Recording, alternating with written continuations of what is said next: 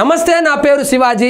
Welcome to our channel. Thamballapalle నియోజకవర్గానికి సంబంధించి ఆ కల్తీ లిక్కర్ తయారీ కేసు ఏదైతే ఉందో దానికి కర్త కర్మ క్రియ అన్నీ జోగి రమేషే అని ఆ జోగి రమేష్ తన స్నేహితుడికి డబ్బులు ఇచ్చి కల్తీ మద్యాన్ని తయారు చేపించి దాన్ని అమ్మించి జోగి రమేషే ఎక్సైజ్ శాఖ వాళ్ళకు ఫోన్ చేపించి రైడ్ చేపించి జోగి రమేషే దాన్ని కూటమి పైకి నెట్టేసి దాన్ని ప్రెస్ మీట్లో నానా హంగామా చేసినటువంటి విషయం మనకు అందరికీ తెలిసింది.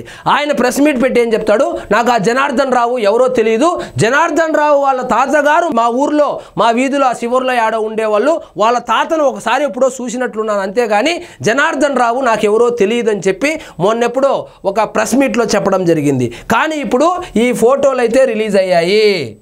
ఈ ఫోటోల్లో జనార్దన్ రావు మరియు జోగి రమేష్ కలిసి ఒక ఫంక్షన్కి అటెండ్ అయినటువంటి ఫోటోలు అయితే వైరల్ అవుతా ఉంది.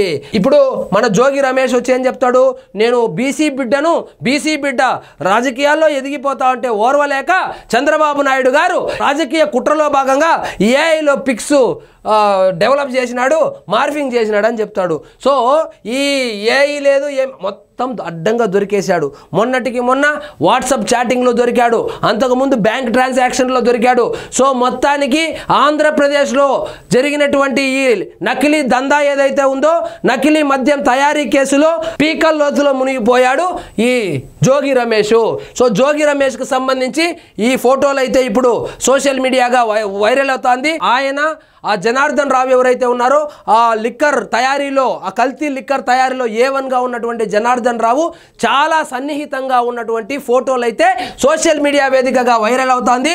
అదేవిధంగా వైఎస్ఆర్సీపీ అధికారంలో ఉన్నప్పుడు వీళ్ళిద్దరూ ఎక్కడెక్కడ చట్టాపట్టాలు వేసుకొని తిరిగారు, ఏ వ్యాపారాల్లో వీళ్ళకు భాగస్వామ్యం ఉంది, వీళ్ళు ఎన్నిసార్లు జోగి రమేష్ ఇంట్లో సమావేశమయ్యారు, మొత్తం వీడియో ఫుటేజ్లతో సహా తొందరలో బయటకు రాబోతుంది.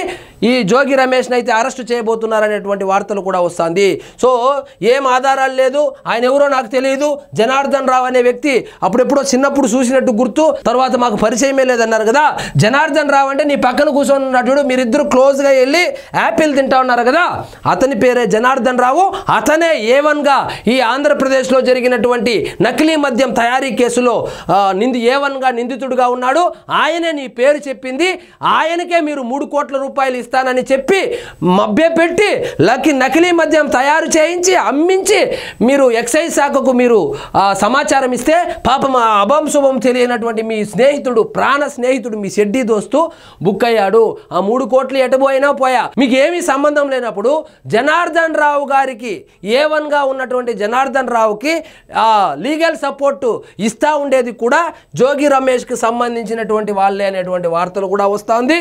సో మొత్తానికి పండగ తరువాత జోగి రమేష్ ఆంధ్రప్రదేశ్లో జరిగినటువంటి ఈ నకిలీ మద్యం తయారీ కేసు ఏదైతే ఉందో అందులో అరెస్టు కాబోతున్నాడు అనేటువంటి వార్తలు అయితే విస్తృతంగా ప్రచారంలోకి ఉంది.